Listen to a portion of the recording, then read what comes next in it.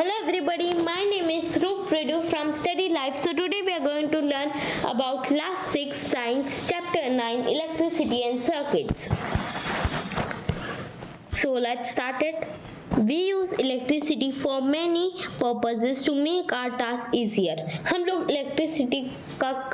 Electricity का use बहुत सारे कामों के लिए करते हैं और हम लोग इसलिए करते हैं कि हमारा जो काम है वो बहुत आसानी से फिनिश हो जाए. For example, we use electricity to operate pumps that lift water from wells or from ground level to the rooftop tank. हम लोग जैसे एग्जांपल में दिया गया, हम लोग इलेक्ट्रिसिटी से पंप का यूज़ करते हैं. जो कुएं जो वेल होते हैं, वेल से पानी हमारे डायरेक्टली टैंक तक आता है, या फिर जो ग्राउंड लेवल के जो पंप होते हैं ना, उधर से हमारी टंकी तक आता है. What are other purposes for which we use electricity? और भी क्या काम है जिनके लिए हम लोग इलेक्ट्रिसिटी का इस्तेमाल करते हैं. जैसे लाइट हो गई, लाइट के लिए इलेक्ट्रिसिटी ज़रूरी होती है. सेकंड, फ्रिज हो गया, फ्रिज को भी इलेक्ट्रिसिटी यूज़ होती है. एसी हो गया, इलेक्ट्रिसिटी. माइक्रोवेव ओवन हो गया, और भी बहुत सारी चीज़ें हैं जो इलेक्ट्रिसिटी से चलते हैं. List some of them in your notebook. आप ये चीज़ें अपने नोटबुक में लिखिए. Does your list include the use of electricity for writing? क्या आपने अपनी लिस्ट में लाइटनिंग के बारे में बताया? Electricity make it possible to light our homes, roads, office, markets and factories even after sunset.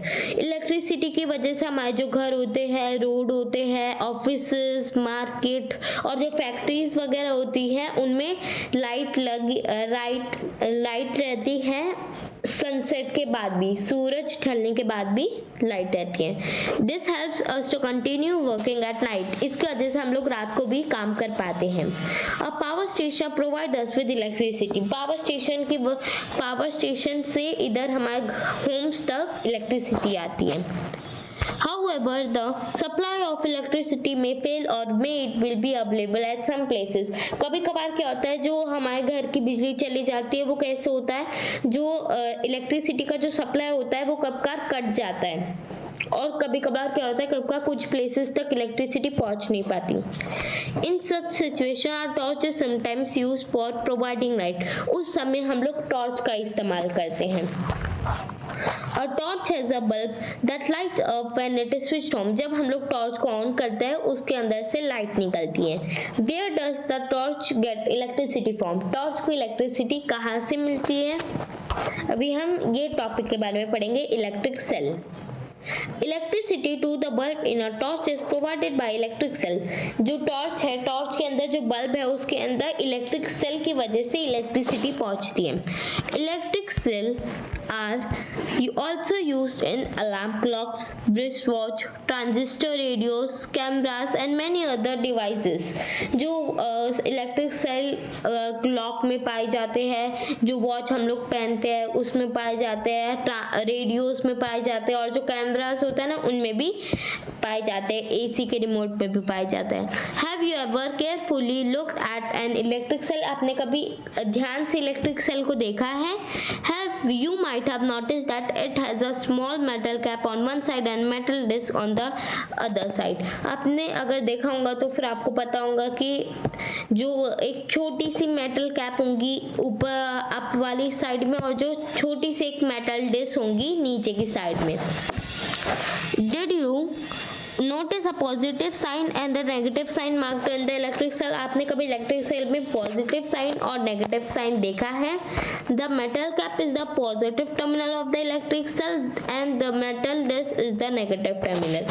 जो मेटल कैप है ऊपर का, वो पॉजिटिव टर्मिनल है, और जो मेटल डिस्क है वो नेगेटिव टर्मिनल है. All electric cell have two terminals, a positive and a negative. सभी जो इलेक्ट्रिक सेल होते हैं उनमें दो टर्मिनल होते हैं, एक पॉजिटिव टर्मिनल और दूसरा negative terminal. An electric cell produces electricity from the chemical stored inside it. अब जो इलेक्ट्रिक सेल होता है, इलेक्ट्रिक सेल में इलेक्ट्रिसिटी उसके अंदर जो केमिकल्स प्रेजेंट होते हैं उनमें से आती है.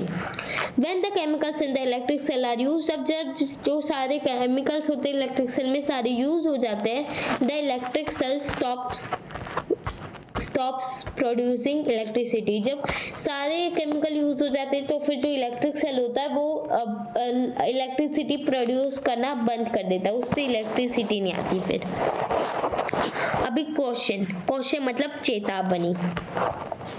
अब इधर दिया गया है, you might have seen the danger sign on the you might have seen the danger sign shown here displayed on poles, electric situation and many other places।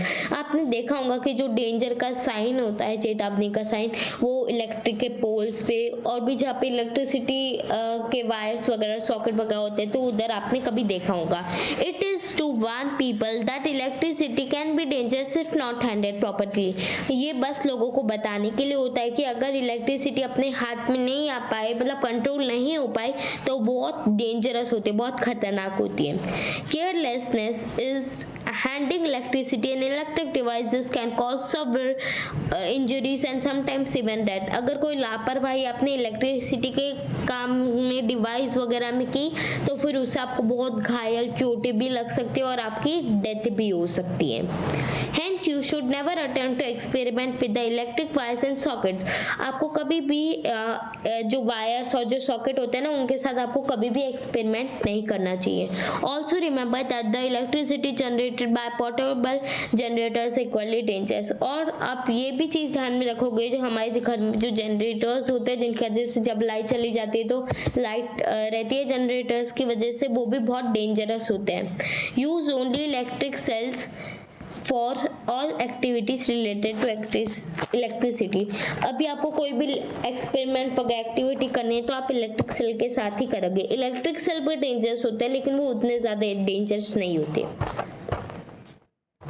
Now after that the electric cell then has to be replaced with the new one। जब उसकी जो electricity जो वो produce करनी बंद हो जाती है तो फिर हम क्या करते हैं, हम लोग दूसरा इलेक्ट्रिक सेल ला लेते हैं।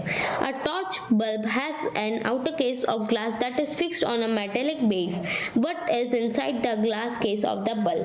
अब जो टॉर्च होता है, टॉर्च के अंदर उसके अंदर एक बल्ब होता है, ग्लास के अंदर होता है वो बल्ब, और जो ग्लास मतलब कांच। अब इधर कहा गया कि वो जो ग्लास के अंदर जो बल्ब होता है, बल्ब के अंदर भी क्या रहता है। अब एक्टिविटी 1 में दिया गया है, take a torch and look inside its bulb. आप क्या करो, आप एक टॉर्च लो और बल्ब के अंदर का देखो। You can also take out the bulb with the help of teacher. आप अपने टीचर की मदद से बल्ब को निकाल भी सकते हैं। वट डू यू नोटिस, आपने क्या देखा। Do you find a thin wire fixed in the middle of the glass bulb. आपने ये देखा कि उसके अंदर एक पतली सी वायर है जो बल्ब है, बल्ब के एकदम मिडल पार्ट में अटैच है। Now switch the torch on and observe which part of the bulb is glowing. फिर आप टॉर्च को ऑन करो और देखो कि कौन सा पार्ट जो है बल्ब का वो ग्लो हो रहा है, मीन्स उसके अंदर से लाइट आ रही है। The thin wire that gives off light is called the filament of the bulb। जो पतली सी वायर है जो लाइट दे रही है उसे हम फिलामेंट कहते हैं। The filament is fixed to two thicker wire which also provides support to it as shown in figure 9.2। अब जो फिलामेंट है, फिलामेंट से दो मोटी सी वायर्स फिक्स्ड हैं जो उसे सपोर्ट देती है, जैसा कि 9.2 में दिया गया। इधर 9.2 है, इधर दो वायर है, एक ये वायर है और एक ये वायर है। फिलामेंट ये है, ये जो आप देख सकते हो। तो इस बात उसके नीचे में दिया गया है, one of this thick wires is connected to the metal case at the base of the bulb, the other thick wires is connected at the metal tip at the centre of the base. अब तक आ गया, उनमें से एक जो मोटी wire है वो मेटल केस से कनेक्टेड है और जो दूसरी मोटी वायर है वो मेटल टिप जो बेस है उससे कनेक्टेड है। The base of the bulb and the metal tip of the base are the two terminal of the bulb। जो बल्ब के दो टर्मिनल है, एक है बल्ब का बेस और एक है metal tip. These two terminals are fixed in such a way that do not touch each other। ये जो दो टर्मिनल्स होते हैं ये ऐसी जगह पे फिक्स किए जाते हैं कि वो दोनों एक दूसरे को छू ना पाए। The electric bulb used at home also have a similar design। जो हम लोग घर पे जो बल्ब का इस्तेमाल करते हैं उनका भी सेम डिज़ाइन है। Thus both the electric cell and the bulb have two terminals each. लेकिन जो इलेक्ट्रिक सेल और जो बल्ब है उन दोनों के दो टर्मिनल रहते हैं. Why do they have these two terminals? उनके पास ये दो टर्मिनल ही क्यों रहते हैं? अभी हम वापस से क्वेश्चन पढ़ लेते हैं. चेतावनी इधर दिया गया है, never join the two terminals of the electric cell without connecting them through a switch and a device like a bulb. आप कभी भी जो दो टर्मिनल है इलेक्ट्रिक सेल या बल्ब के स्विच के द्वारा उन्हें मत जोड़ना कभी भी. If you do so, the chemicals in the electric cell get fused very fast and the cell stop working. अगर आप ऐसा करोगे तो फिर जो इलेक्ट्रिक सेल के अंदर जो केमिकल है वो बहुत जल्दी वर्क करने लगेगा और इलेक्ट्रिक सेल काम करना बंद कर देगा.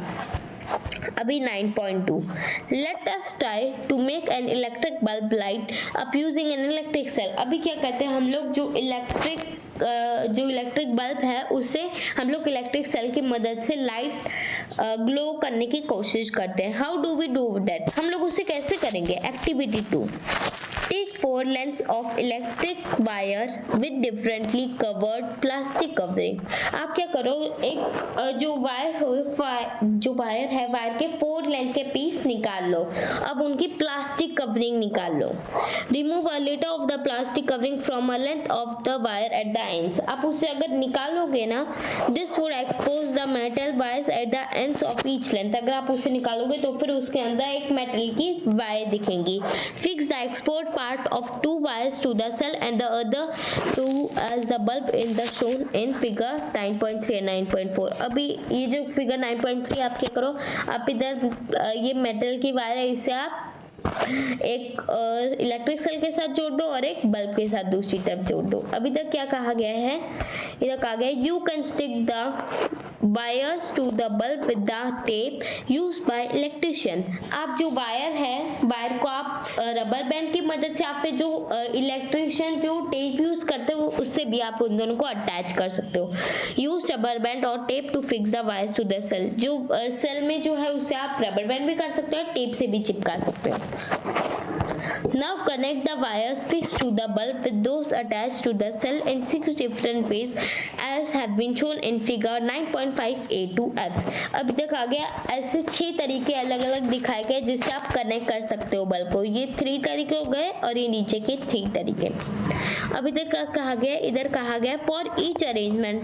आपने जो हर तरीका इस्तेमाल किया है, find out whether the bulb is glowing और नॉट. आपने जो हर तरीका इस्तेमाल किया उसमें आप देखो कि जो बल्ब है वो जल रहा है या नहीं जल रहा. राइट येस और no for each arrangement in your notebook. आप अपनी नोटबुक में हाँ या ना लिखो कि अगर बल्ब जल रहा है तो हाँ लिखो और अगर नहीं जल रहा है तो ना लिखो. Now carefully look at the arrangement in which the bulb glows. अभी आप ध्यान से वो अरेंजमेंट, वो चीज जिससे आपने बल्ब को जलाया था, वो तरीका, उसको आप ध्यान से देखो.